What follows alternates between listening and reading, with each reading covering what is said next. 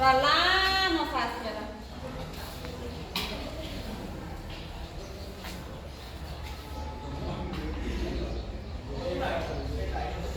जुन आँखा खोल्दा तिमीले महसुस गर्न नसकेका कुराहरू तिमीले चाहिँ आदिममा गरेर सूक्ष्म कुराहरू पनि महसुस गर्न सक्छौ।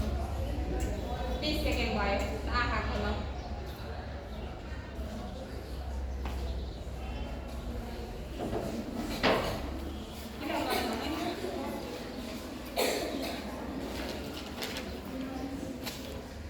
अब हामी वज्रासनमा बस्दैछौँ।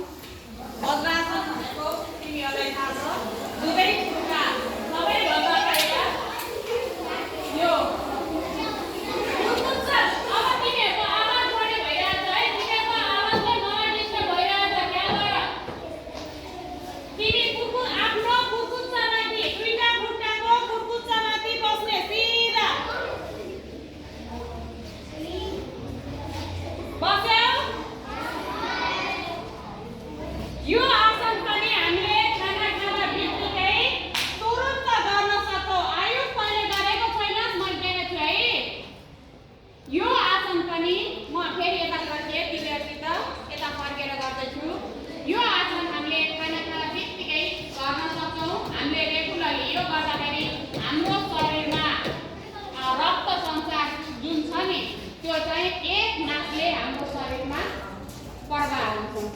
सञ्चालन हुन्छ।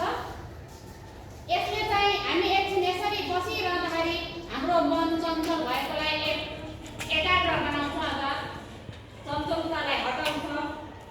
भोजन खाएको खानालाई सजिलैसित हामीलाई कतै हाम्रो पेट खुम्चिएको छैन, शरीर कतै खुम्चिएको छैन भने रक्त सञ्चार पूर्ण रूपमा भइसकेपछि हाम्रो खानालाई पचाउन पनि मद्दत गर्छ।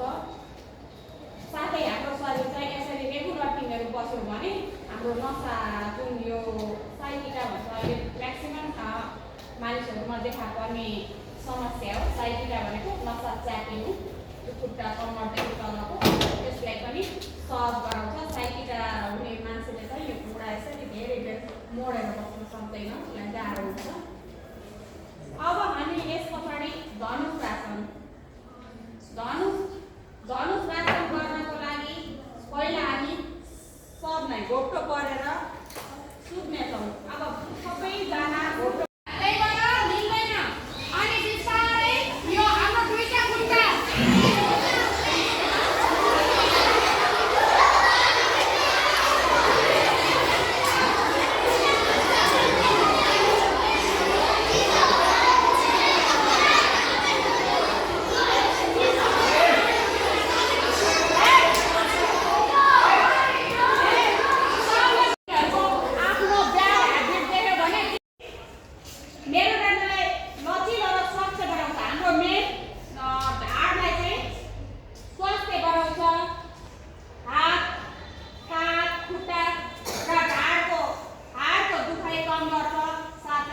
बिस्तारामा कुनै बिस्तारामा पिसाब फेर्ने समस्या हुन्छ नि, त्यसलाई पनि यो धनुषासन गर्यो भने चाहिँ पिसाब फेर्न रोकिन्छ। अब हामी तेस्रोमा जान्छौँ। यही पोजिसनमा, यही अवस्थामा तिमीहरू बस। अब हामी शलभासन भन्छ। शलभासन भनेको पहिला हामी छातीको भर लम्पसार गरेर सुत्ने र हातलाई यसरी राख्ने, सिधा सुत्दाखेरि हाम्रो खुट्टा त्यहाँदेखि बिस्तारै पछाडिबाट खुट्टालाई मात्रै उठाउने। ल आवाज मान्नु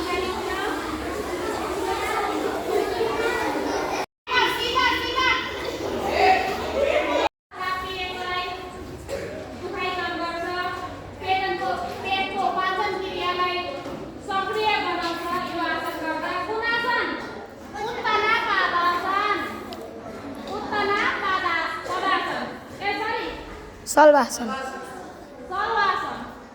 शलभासनले कम्मरको नसा चाटिएको अथवा कम्मरको दुखाइ कम गर्छ। यसले पेटको पाचन शक्तिलाई पनि सक्रिय बनाउँछ। साथै मृगौला वरिपरि मासुलाई बलियो बनाउँछ। यसको फाइदा त्यही भएर हामीले बिहान उठेर सकेसम्म सकिन्छ भने 1 देखि आधी घण्टा योगा गरौँ। योगा गर्दा बित्तिकै हाम्रो पहिलो कुरा हाम्रो मस्तिष्क चाहिँ शान्त हुन्छ, हाम्रो चञ्चलता जुन रहन्छ मस्तिष्क शान्त भइसकेपछि हामीलाई पढाइमा पनि ध्यान दिन सकिन्छ। हामी बिहान उठेर 1 घन्टा योगा अथवा आधी घन्टा पनि योगा गऱ्यौँ भने हामीलाई पढ्दाखेरि एकदमै छिटो त्यो पढेको कुराहरू सम्झिन सक्छौँ। अब पश्चिमोत्तानासन यो सायद धेरैले सक्छ सक्दैन, मैले सक्दैन हैन। यसले यो गरेर यसले याद हुन्छ। पहिला यसरी बस, फर्स्ट पोजिसन,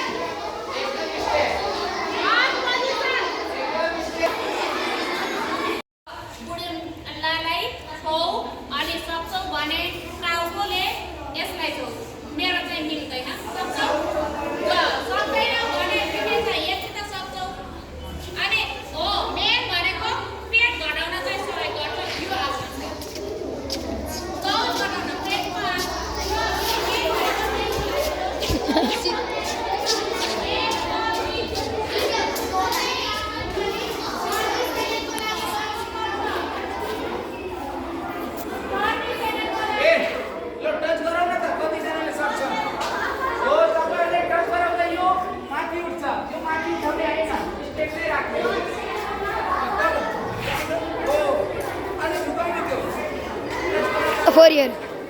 फोरी और ना फोरी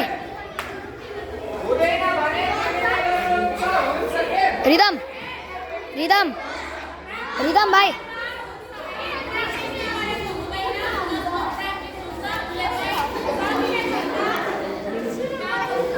नआएर अगाडि हेर।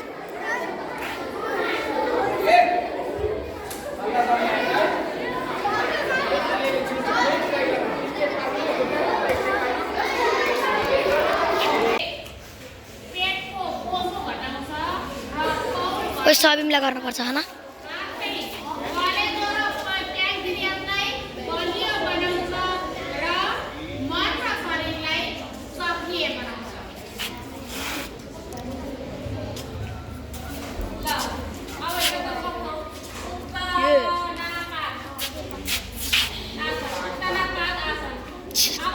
खतरा छ नाम पनि